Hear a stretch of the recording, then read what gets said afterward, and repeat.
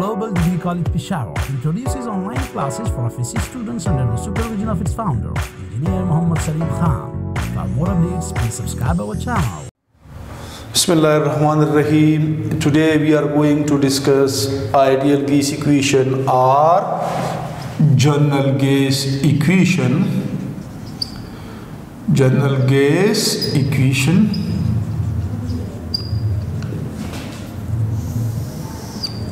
This is chapter number 4, gases. बेटा इसको ये बेसिकली एक कम्बिनेशन है आइडियल गैस इक्वेशन और जनरल गैस इक्वेशन जो है ना, ये जो हम डिराइव करते हैं, ये जो डिराइवेशन है इसका, तो बेसिकली वो कम्बिनेशन है of 3 laws, combination of 3 laws. किस तरह? एक है बेटा आपके पास बॉयल लॉ, आपके पास बॉयल लॉ है, और बॉयल लॉ हो सकता है आप लोगों ने लोअर क्लासेस में भी आपने पढ़ चुका होगा, लेकिन फिर भी इसके मुताबिक volume is inversely proportion to pressure. ये लॉ क्या कहता है कि volume is inversely proportion to pressure. Volume जो है वो प्रेशर के साथ इनवर्सली प्रोपोर्शन है। मकसद क्या है? जब आप प्रेशर बढ़ाते हैं तो वॉल्यूम कम होगा, जब आप प्रेशर घटाते हैं, कम करते हैं, तो वॉल्यूम ज़्यादा होगा। इसको इन्वर्सल रिलेशन कहते हैं। तो एक तो ये लॉ होगी, इसको हम बॉयल लॉ कहते हैं। इसके बाद दूसरा लॉ जो है उसको हम कहते हैं चार्ल्स लॉ। चार्ल्स लॉ वो जो है वो टेम्परेचर के बारे में बताता है कि V is directly proportion to T, यानी volume is directly proportion to temperature. अगर आप टेम्परेचर बढ़ाएंगे तो वॉल्यूम बढ़ जाएगा, अगर आप टेम्परेचर कम करेंगे तो वॉल्यूम कम हो जाएगा। ठीक है। और आपको पता भी है जब आप टेम्परेचर बढ़ाते हैं तो गैस के जो मॉलिक्यूल्स है उनकी काइनेटिक एनर्जी इंक्रीज हो जाती है, और काइनेटिक एनर्जी जब इंक्रीज होगी तो कोलिजन इंक्रीज होगा, जब कोलिजन इंक्रीज होगा तो एक्सपेंशन विल टेक प्लेस। तो अगर आप टेम्परेचर कम करेंगे तो कंट्रैक्शन विल टेक प्लेस। तो that is why V is directly proportion to temperature, और ये चार्ल्स लॉ है। इसको हम फॉर एग्जांपल इक्वेशन नंबर 2 देते हैं। और तीसरा जो है वो हमारे पास एवोगैड्रो लॉ है। कौन सा लॉ है? एवोगैड्रो लॉ है।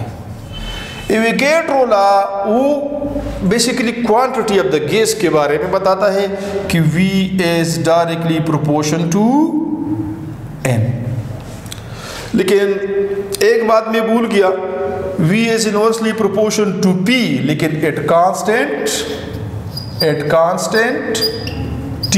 यहां पर आप टेम्परेचर कांस्टेंट रखेंगे। V is directly proportion to temperature at constant P, यानी आपने फिर प्रेशर को कांस्टेंट रखना है। यह volume is directly proportion to the number of mole. ये आपका इक्वेशन नंबर 3 हो गया, लेकिन इसके लिए शर्त यह है eight constant T and P, यानी अगर आप गैस का मिकदार बढ़ाएंगे तो उसका वॉल्यूम बढ़ जाएगा, मिकदार कम करेंगे तो वॉल्यूम कम हो जाएगा, लेकिन शर्त यह है कि आप प्रेशर और टेम्परेचर को चेंज नहीं करेंगे, उसको कांस्टेंट रखेंगे। इसी तरह तो 3 लॉज हो गए। बॉयल लॉ में क्या है? Volume is inversely proportion to pressure at constant temperature. Charles law क्या है? Volume is directly proportion to temperature at constant pressure. और एवोगैड्रो लॉ क्या कहता है? Volume is directly proportion to number of mole at constant temperature and pressure. अभी हमारे पास और कुछ भी नहीं है। By combining these 3 laws, by combining these 3 laws, जब तीनों लॉज को हम कंबाइन करते हैं तो इसमें V कॉमन है ना बेटा, तो V इज प्रोपोर्शनल, तो क्या होगा? P को इनवर्सली है, T को डायरेक्टली है, N को डायरेक्टली है, तो अब लिखेंगे NT डिवाइड बाय P। तो ये हमारे पास कंबाइन फॉर्म आ गया।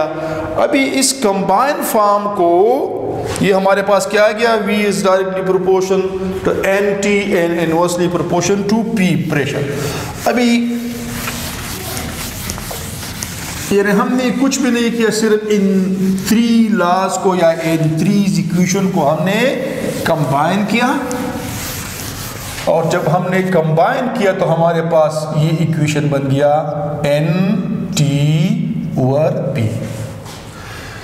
इसको आप प्रोपोर्शनलिटी को जब भी हम रिमूव करते हैं तो इसकी जगह इक्वलिटी लगाते हैं और एक कांस्टेंट लगा लेते हैं NT डिवाइड बाई P,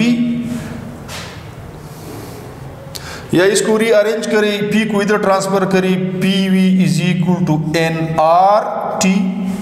अभी इसमें ये जो R है, इस इक्वेशन को हम कहते हैं आइडियल गीस इक्वेशन और जनरल गीस इक्वेशन। इसको क्या कहते हैं, आइडियल गीस इक्वेशन या जनरल गीस इक्वेशन। इस इक्वेशन को, इसमें जो कांस्टेंट है R, ये R जो है ये प्रोपोर्शनलिटी कांस्टेंट है, इसको हम कहते हैं universal gas constant, universal gas constant और जनरल गैस कांस्टेंट, दोनों ठीक है, और जनरल गैस कांस्टेंट। तो ये सिंपल इक्वेशन जो आ गया PV is equal to NRT, इसको हम क्या कहते हैं, आइडियल गीस इक्वेशन और जनरल गीस इक्वेशन। अभी अगर हम एक मोल के लिए कैलकुलेट करते हैं, FN is equal to 1, n number of mole है ना, तो फिर ये इक्वेशन क्या बन है, PV is equal to RT। तो ये भी आइडियल गीस इक्वेशन है, लेकिन एक मोल के लिए है। किसके लिए, एक मोल के लिए, PV is equal to RT। अभी जो है इसका हम एक जनरलाइज फॉर्म भी बना सकते हैं। वो किस तरह, आपको पता है PV is equal to RT, ठीक है। अभी मैं T को इधर शिफ्ट करता हूं तो PV over T is equal to R, तो R तो कांस्टेंट है, तो मैं तो ये भी लिख सकता हूं, फॉर एग्जांपल मेरे पास इनिशियल स्टेट था गैस का, इनिशियल स्टेट में P1 था, V1 था और T1 था। इनिशियल स्टेट हम उसको कहते हैं जब हमने कोई चेंज नहीं लाया है गैस में, तो वो भी P1 V1 और T1 is equal to R तो कांस्टेंट है, उसका तो वैल्यू चेंज नहीं होगा। अभी ये इनिशियल स्टेट हो गया, फॉर एग्जांपल ये इक्वेशन 1 हो गया। इक्वेशन 2 में मैंने प्रेशर चेंज किया, जब प्रेशर चेंज करेंगे तो वॉल्यूम भी चेंज होगा, टेम्परेचर भी चेंज, हमने सब चेंज किया। तो फॉर एग्जांपल हमारे पास नया केस क्या बनेगा, P2 V2 T2 is equal to R। तो चेंज आप जो भी लाएंगे तो value of R, the value of constant will remain constant. तो दो इक्वेशन को आपको तो पता है R is equal to R, ये तो पता है, इसमें तो चेंज नहीं आएगा। तो हम लिख सकते हैं कि P1 V1 T1 is equal to P2 V2 over T2। तो ये इसका एक और जनरलाइज फॉर्म हो गया आइडियल गीस इक्वेशन, जिसके मदद से हम मुख्तलिफ न्यूमेरिकल कैलकुलेट कर सकते हैं, सॉल्व कर सकते हैं। अच्छा, ये तो हो गया आइडियल गीस इक्वेशन और जनरल गीस इक्वेशन। इसके बाद वैल्यू ऑफ R हम किस तरह कैलकुलेट करेंगे, ये जो इस इक्वेशन में जो हमारे पास वैल्यू ऑफ R है तो उसको हम किस तरह कैलकुलेट करेंगे।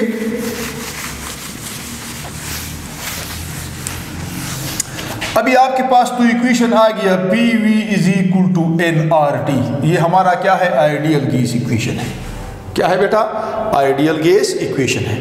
अभी हमने R का वैल्यू कैलकुलेट करना है, तो पहले R किसके बराबर होगा, R को आप सेपरेट लिख लें और बाकी को रीअरेंज करें, PV डिवाइड बाय NT।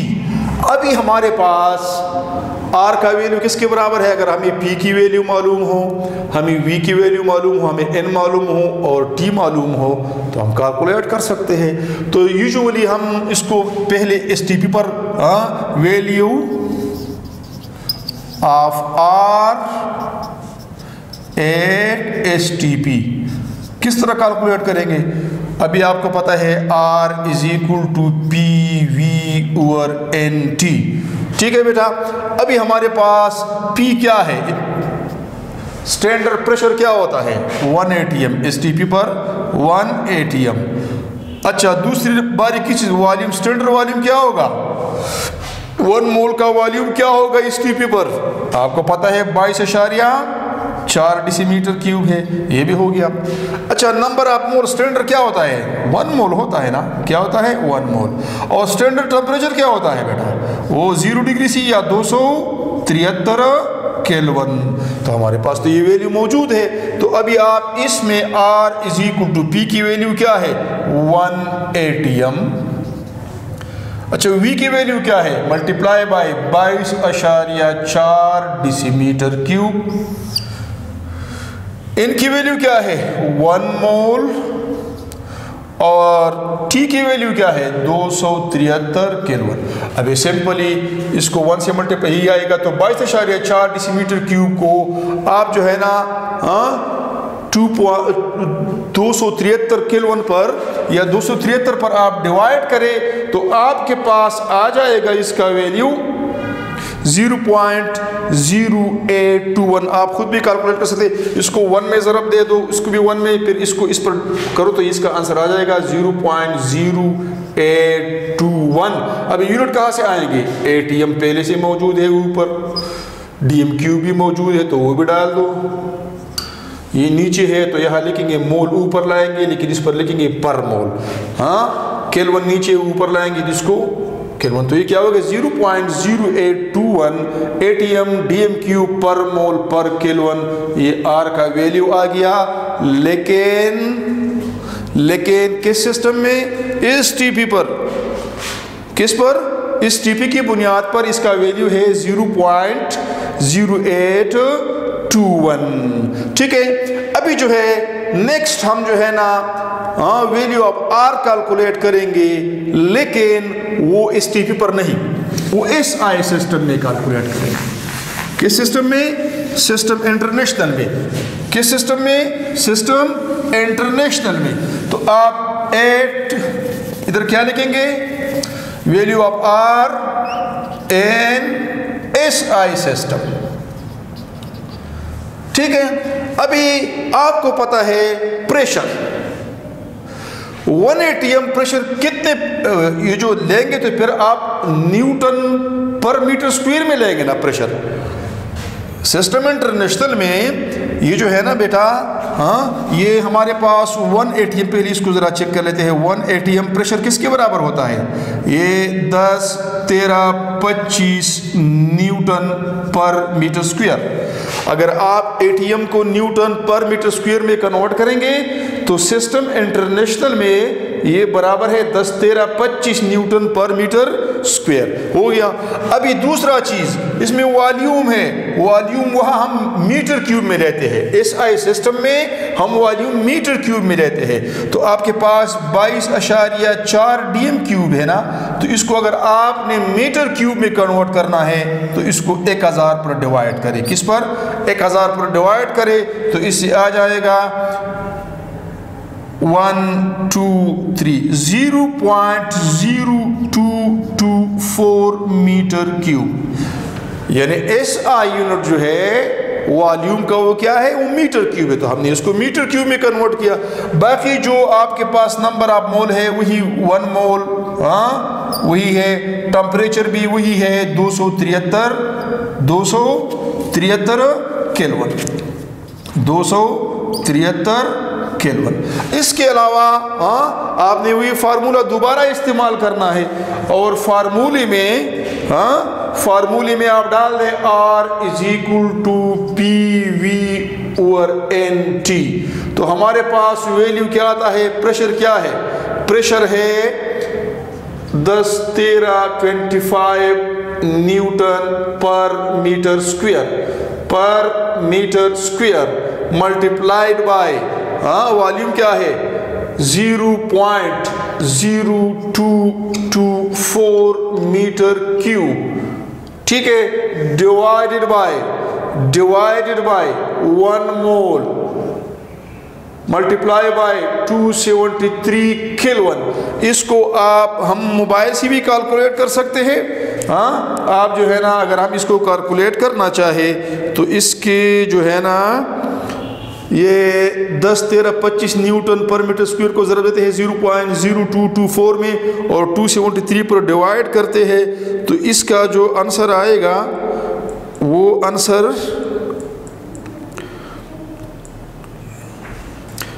ये आ गया 8.313, ये आ गया 8.313। अभी इसका यूनिट क्या होगा? यूनिट यहां से यूनिट उठाते हैं, न्यूटन पर मीटर स्क्वायर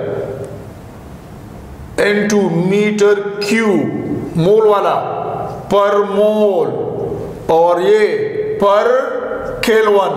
अच्छा, अब ये आ गया 8.313 Newton per metre square, metre cube, पर मोल, पर केल्विन।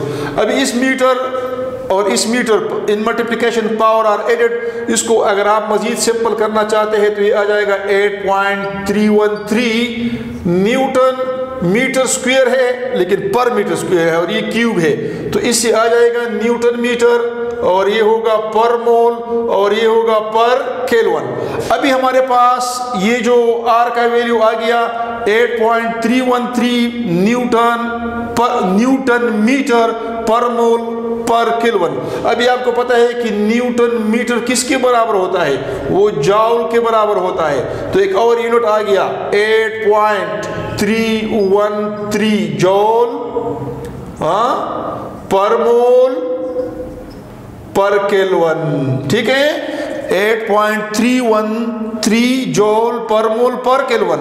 अभी जो है हम जो है ना, इसका जॉल में तो हमने निकाल लिया, इसके बाद हम इसको कैलोरी में भी ले सकते हैं। हम इसको कैलोरी में भी ले सकते हैं। आपको पता है कि एक कैलोरी किसके बराबर है?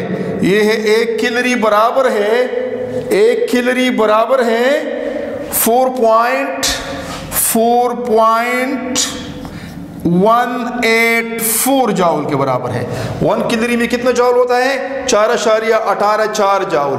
अभी आपने अगर उसको कन्वर्ट करना है तो ये जाउल पर मोल पर है, पर केल्विन है, तो इसको आप डिवाइड करें 8.313 जॉल डिवाइड बाय 4184, बाकी यूनिट अपनी जगह लिख दें, हाँ, पर मोल पर केल्विन।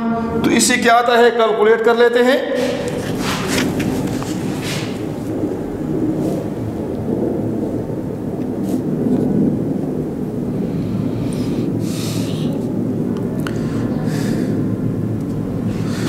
इससे आता है 1.897। इससे क्या आता है? 1.987। बड़ा चेक कर लेते हो, 1.987 कैलोरी पर मोल पर केल्विन।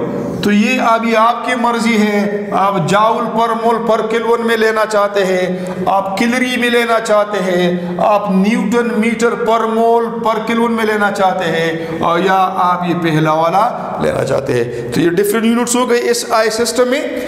आप जरा प्रैक्टिस करें, इंतहाई आसान है। सिर्फ एक पॉइंट नोट कीजिए कि आपने एटीएम को कन्वर्ट करना है न्यूटन पर मीटर स्क्वायर में, और वॉल्यूम को कन्वर्ट करना है डीएम क्यूब से मीटर क्यूब में। थैंक यू बेटा, गुड लक।